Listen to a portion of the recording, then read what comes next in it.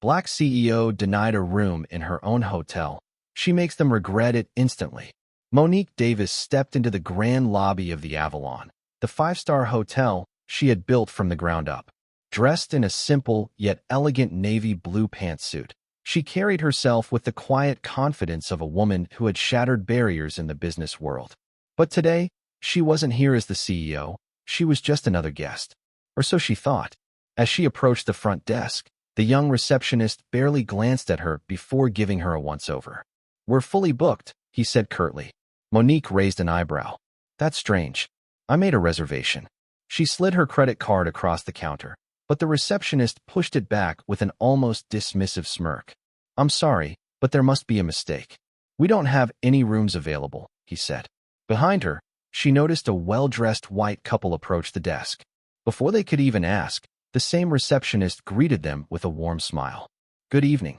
Do you have a reservation, or would you like to book a suite for the night?" Monique folded her arms, amusement creeping onto her face. She had spent years dealing with bias and discrimination, but to experience it in her own hotel, that was new. She pulled out her phone and dialed. Within seconds, the general manager, a middle-aged man named Richard, appeared from the back office. His face paled when he saw her. "Ms. Davis," he stammered. I didn't know you were coming."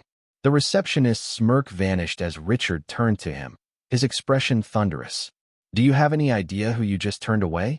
The young man blinked, clearly confused. "This is Monique Davis, the owner of this hotel." Richard's voice was like ice. The color drained from the receptionist's face. His eyes darted between Monique and his manager, horror dawning on him. Monique leaned on the counter, her voice smooth but deadly. "So tell me, was the hotel actually full, or did I just not look like the type of guest you wanted?" The man opened his mouth, but no words came out. He was caught. "I have a strict policy against discrimination in my business," Monique continued. "But it seems like someone didn't get the memo. Effective immediately, you're fired." The receptionist's face crumpled. "Please, Ms. Davis." She held up a hand. "Save it. Learn from this. Never judge someone by the way they look." She turned to Richard. "Make sure the rest of the staff knows this won't be tolerated. And get me the presidential suite. I suddenly feel like staying the night." As she walked away, head held high, the lobby staff whispered among themselves. Monique smiled to herself. She had built the Avalon to be a place of excellence and inclusivity. And as long as she was in charge, she'd make sure it stayed that way. Monique Davis strode confidently into the gleaming lobby of the Avalon, the luxurious five-star hotel she had built from scratch. She had come a long way from the young entrepreneur with nothing but a vision. Now, she owned a multi-million-dollar hospitality empire. She approached the front desk with the ease of someone who knew every inch of the building. Dressed in an elegant yet understated navy blue pantsuit, she exuded the quiet confidence of a woman used to breaking barriers. "Good evening," she greeted the young receptionist, a man in his mid-20s with a stiff posture and an impatient expression. His eyes flickered over her, taking in her natural curls, her rich brown skin, and her lack of obvious designer labels. His lips pressed into a thin line. "Can I help you?" he asked in a tone that suggested he'd rather not. "Yes, I have a reservation under Monique Davis," she said, sliding her ID and credit card across the counter. The receptionist barely looked at the ID before pushing it back.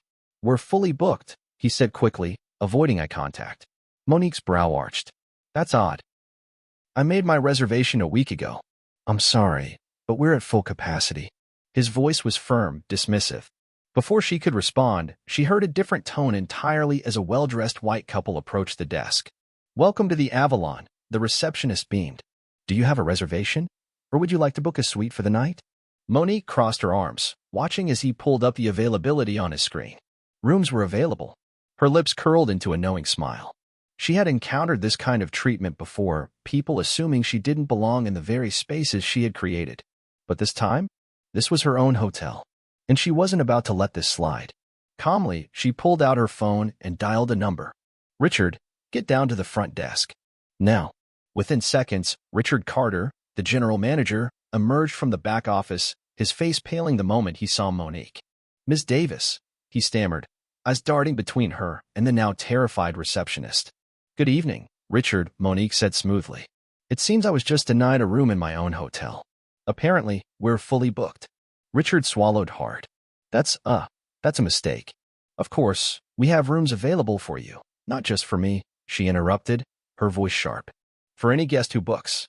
So tell me, why was I turned away while this lovely couple was being helped? The receptionist turned white as a sheet. I didn't know what, she pressed. That I was the CEO? Or that I was worthy of staying here? His mouth opened and closed, but no words came out. Monique turned to Richard. I have a strict policy against discrimination. We built this brand on inclusivity, yet here I am being judged at my own front desk. Richard nodded furiously. I'll handle it immediately. Monique glanced at the receptionist, her expression unreadable. Effective right now, you're fired. He gasped. Please, Miss Davis, I didn't mean. She held up a hand. Intent doesn't matter. Impact does. And the impact of your behavior? It just cost you your job. 2 security guards arrived, waiting for her signal. Escort him out. As the disgraced receptionist gathered his things, Monique turned back to Richard. From now on, I want a full bias training program in place for every employee. And I want a meeting with all department heads tomorrow morning to ensure something like this never happens again. Yes, ma'am, Richard nodded. Satisfied, Monique smiled. Now, book me the presidential suite. I think I'll enjoy a night at my hotel. As she walked toward the elevator, the lobby staff whispered among themselves, stunned. Monique had built the Avalon to be a place of excellence and equality. And as long as she was in charge, no one would ever question whether they belonged.